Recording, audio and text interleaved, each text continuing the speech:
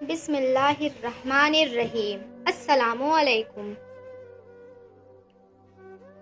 اس کی شادی کی 3 دن ہو چکے تھے۔ گاؤں کی تمام عورتیں اسے دیکھ چکی تھی۔ دیکھنے کا سلسلہ ختم ہو گیا تھا۔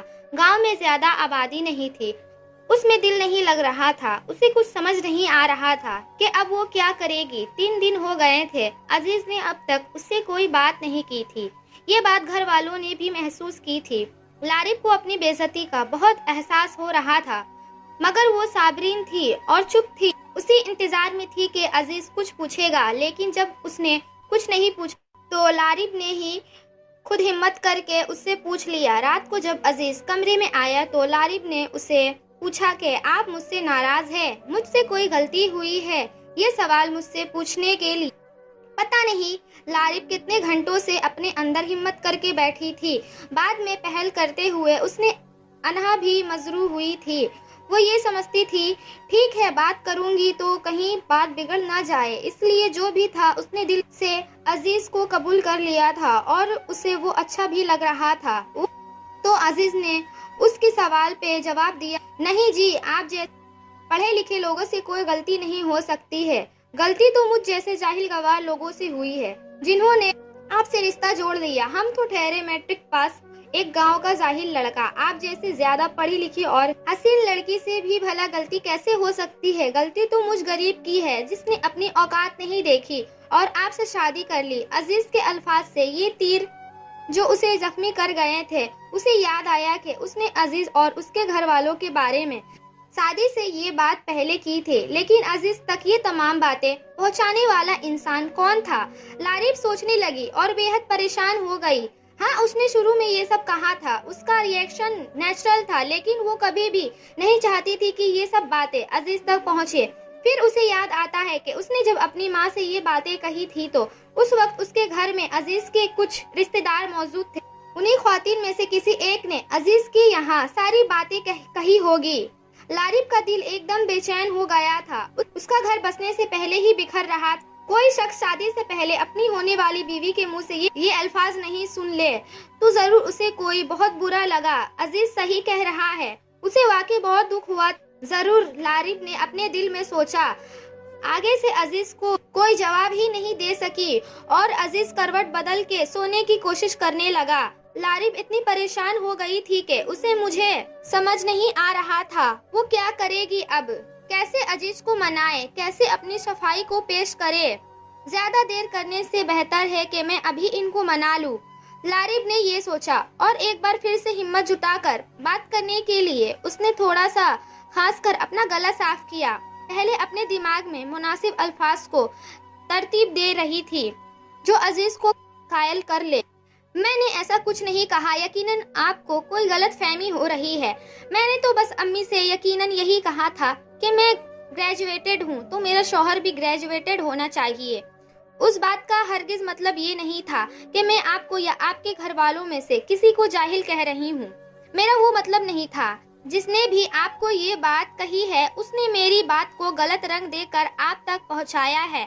میں تو اس شادی سے بہت مطمئن ہوں، مجھے کسی سے کوئی شکوہ نہیں ہے۔ اور وہ خاموش ہو گئی یہ کہہ کر اور عزیز کے جواب کا انتظار کر رہی تھی۔ اس کا دل بہت تیزی سے دھڑک رہا تھا۔ اب پتہ نہیں آگے سے کیا جواب آئے گا۔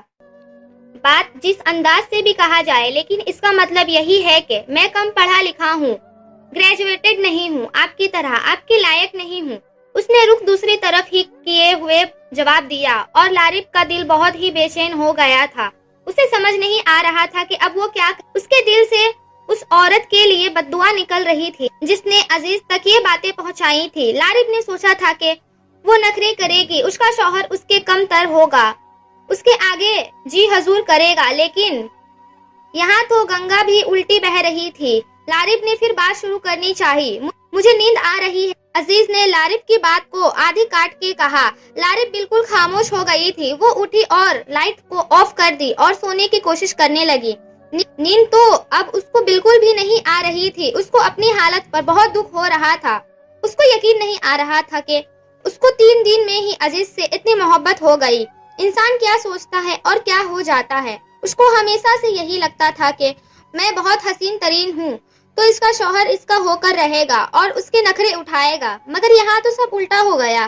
اس نے کبھی خواب میں بھی نہیں سوچا تھا کہ اس کا شوہر اس کو ایک نظر دیکھنا بھی گوارا نہیں کرے گا۔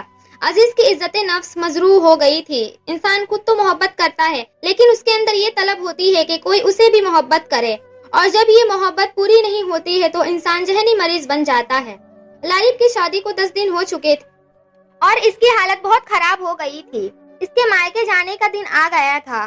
اس کو مائکے میں جا کر کچھ دن رہنا تھا، یہاں کا رواج تھا، اور ان حالت میں اس کا دل بالکل بھی نہیں کر رہا تھا مائکے جانے کے لیے۔ حالانکہ ہر لڑکی کا دل کرتا ہے شادی کے بعد وہ جلد سے جلد اپنے گھر جائے اور گھر والوں سے ملے، لیکن اس وقت اس کی زندگی میں بہت ڈسٹرب تھی، اور وہ جانتی تھی کہ اس طرح شکل لے کر وہ اپنے ماں باپ کے پاس جائے گی تو وہ ضرور سوچیں گے کہ کوئی نہ کوئی گڑبڑ ہوئی ہے، اور وہ خوش نہیں ہے۔ اپنے ماں باپ کے پاس جانے سے پہلے اس کو ہر حال میں عزیز کو منانا ہی منانا تھا، کیونکہ وہاں بہت دن کے لیے رہنے جا رہی تھی، اور اس طرح سے زیادہ دن دور رہ کر اس کی شادی شدہ زندگی بہت پیچھے رہ جانے والی تھی۔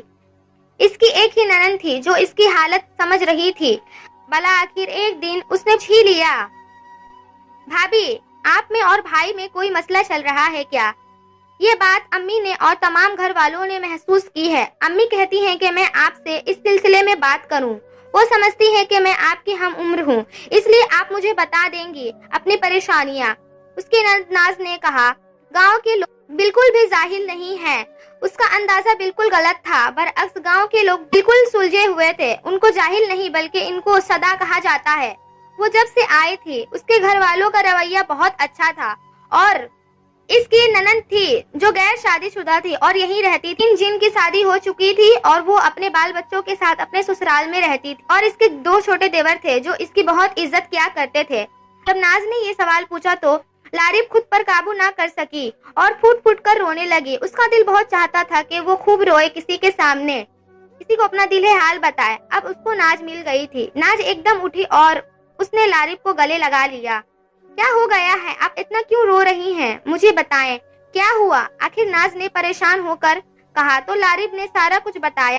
بھابی، آپ کی یہاں سے کچھ عورتیں ہو کر یہاں آئی تھی ہمارے پاس۔ انہوں نے آپ کی کہی ہوئی باتیں بھائی کے سامنے دہرا دی، تو بھائی اس وقت بہت غصے میں آئے اور کہا کہ میں اس لڑکے سے شادی نہیں کروں گا، لیکن شادی کی تاریخ پکی ہو گئی تھی اور شادی کو کینسل کرنا ناممکن تھا، اور بھائی نے صاف انکار کر دیا تھا۔ اصل میں میرے بھائی بہت خود غرض ہے، وہ اپنی برائی برداشت نہیں کر سکتے ہیں، اور ان خواتین نے بات ہی کچھ ایسے انداز میں کہی تھی کہ ہم سب کو بہت برا لگا تھا اور ہمارا دل ٹوٹ گیا تھا، لیکن جب آپ یہاں آئیں تو ہم خوش ہو گئے آپ کو دیکھ کر۔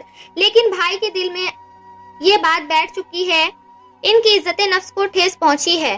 سچ تو یہ ہے ہم گاؤں کے لوگ بہت زیادہ پڑھے لکھے نہیں ہیں، لیکن بالکل بھی جاہل نہیں ہیں۔ ہم لوگوں کا دل صاف ہے، ہم کسی کا برا نہیں چاہتے ہیں۔ حالانکہ اس کے برعکس شہر میں لوگ اچھے طرح سے نہیں رہتے ہیں، آپس میں لڑائی جھگڑا کرتے ہیں، لیکن ہمارے یہاں بھی جھگڑا ہوتا ہے مگر بہت کم۔ گاؤں میں پیار محبت بہت زیادہ ہے۔ خیر یہ سب بات چھوڑے اور آپ بھائی کو منانے کا سوچے۔ ناز نے اس کو ساری بات بتائی تو وہ اس کے سامنے بھی شرمندہ ہوئی۔ یقین مانو ناز، میرا ایسا کہنے کا کوئی مطلب نہیں تھا۔ اصل میں نے آج سے پہلے گاؤں اور گاؤں کے لوگوں کو نہیں دیکھا تھا، تو میرے ذہن میں تصور بیٹھا ہوا تھا۔ دیکھ لیا تو اپنے الفاظ میں شرمندگی ہو رہی ہے۔ میں نے عزیز کو بہت منانے کی کوشش کی، لیکن وہ نہیں مانے۔ اب تم ہی بتاؤ میں کیا کروں؟ لاری پھر سے رونے لگی۔ بھابی، آپ کو میرے بھائی پسند آئے ہیں نا؟ میرے بھائی بہت اچھے ہیں اور بہت محبت کرنے والے ہیں۔ وہ کیسے انہوں نے میٹرک کے بعد زمینوں کا کام سنبھال لیا، کیونکہ وہ بڑے بھائی ان کو سب سنبھالنا ہے، باقی دونوں چھوٹے ہیں۔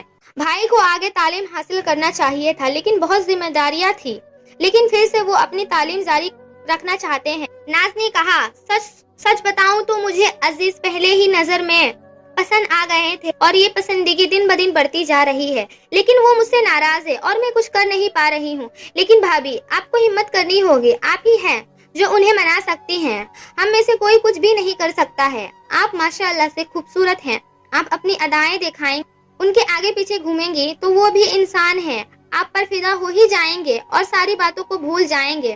ناز نے کہا تو لارب نے ایک بار پھر سے عزیز سے بات کرنے کی ہمت کی اور رات ہو گئی۔ وہ کمرے میں عزیز کا انتظار کرنے لگی کہ کب وہ آئیں گے تو بات کروں میں ان سے۔